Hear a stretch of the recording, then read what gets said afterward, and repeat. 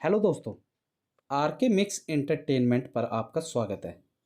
दोस्तों, तेजी से होने के कगार पर पहुंचने वाली गोरैया पक्षी के संरक्षण के उद्देश्य से हर साल 20 मार्च को विश्व गोरैया दिवस, जिसे इंग्लिश में वर्ल्ड स्पैरो डे बोला जाता है, यह दिवस मनाया जाता है। इसे मनाने की शुरुआत वर्ष 2010 में नेचर फॉरएवर सोसाइटी नामक संस्था ने की थी। कुछ साल पहले तक शहरों और गांवों में गोरैया पक्षी की चहचहाट अक्सर सुनाई दिया करती थी और ये देखने को भी मिल जाया करती थी, परंतु आज ये ढूंढने से भी नहीं मिलती। आंकड़ों की माने तो इनकी आबादी 60 से 80% की कम हो चुकी है। ऐसे में यह दिवस मनाकर हम उस चहचहाट को वापस लाने की कोशिश कर रहे हैं। कृत्रिम घोंसलों एवं छत पर दाना पानी रखने से गायब होती गोरैया चिड़िया वापस छत पर आने लगी है। दोस्तों, अब मैं आपको इसके इतिहास के बारे में बताता हूँ। हर साल 20 मार्च को नेचर फॉर एवर सोसाइटी और इकोसिस एक्शन फाउंडेशन के सहयोग से विश्व गोरैया दिवस मनाया जाता है। इसकी शुरुआत नासिक, भारत में जो है, उसके रहने वाले मोहम्मद दिलावर ने गोरैया पक्षी की लुप्त होती प्रजाति की सहायता करने के लिए नेचर फॉर एवर सोसाइटी की स्थापना पर की थी। नेचर फॉरएवर सोसाइटी एक साधारण चर्चा के दौरान प्रतिवर्ष 20 मार्च को विश्व गोरैया दिवस मनाने की योजना बनाई गई, जिसे पहली बार वर्ष 2010 में मनाया गया। मोहम्मद दिलावर के गोरैया संरक्षण के प्रति किए गए जाने वाले कामों को देखते हुए टाइम मैगजीन ने वर्ष 2008 में इन्हें हीरोज ऑफ द एनवायरनमेंट तौर पर मान्यता दी। 20 मार्च 2011 को पर्यावरण और गोरैया संरक्षण के कार्य में मदद करने वालों को सम्मानित करने के लिए एनएफएस द्वारा गुजरात के अहमदाबाद में गोरैया पुरस्कार की भी शुरुआत की गई। इसका मुख्य मकसद ऐसे लोगों की सराहना करना है जो पर्यावरण और गोरैया संरक्षण में अपना योगदान दे रहे हैं। अब मैं आपको बताता हूँ वर्ल्ड स्पैरो डे क्यों मनाते हैं। प्रत्येक वर्ष 20 मार्च को मनाए जाने वाले गोरैया दिवस का मुख्य उद्देश्य गोरैया पक्षी का संरक्षण करना और इन्हें लुप्त होने से बचाना है, ताकि भविष्य में यह एक इतिहास का पक्षी बनकर ना रह जाए। गोरैया पृथ्वी पर सर्वव्यापी पक्षियों में से एक है। इसका लगातार कम होते जाना इस बात का सूचक है कि हमारे आसपास का पर्यावरण किस हद तक शरण का शिकार हो रहा है। यह हम सभी के लिए प्रकृति की ओर से एक चेतावनी है, जो हमें बढ़ते रेडिएशन और प्रदूषण से होने वाले स्वास्थ्य जोखिमों और इसके हानिकारक प्रभावों से सचेत करती है।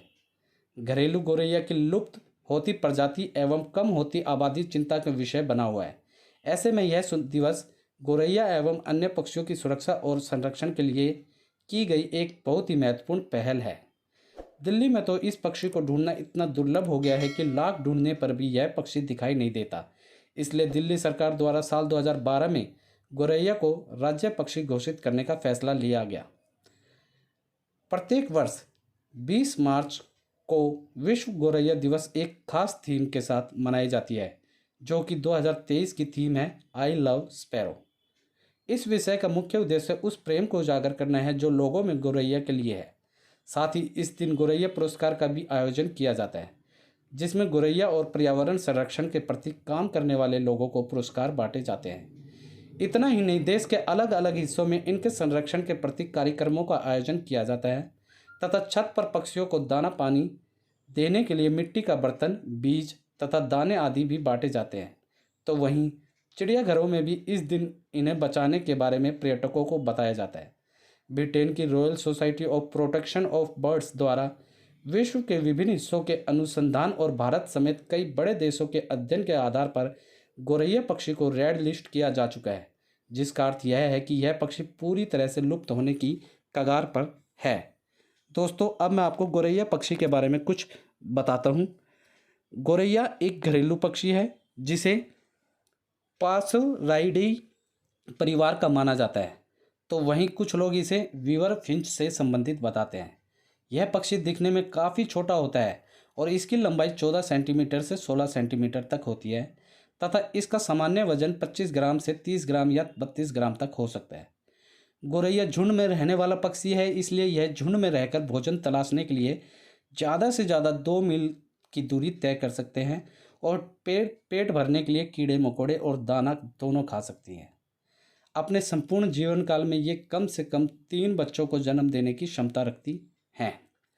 गौरैया के संरक्षण और इसके बचाव के उपाय बताता हूँ।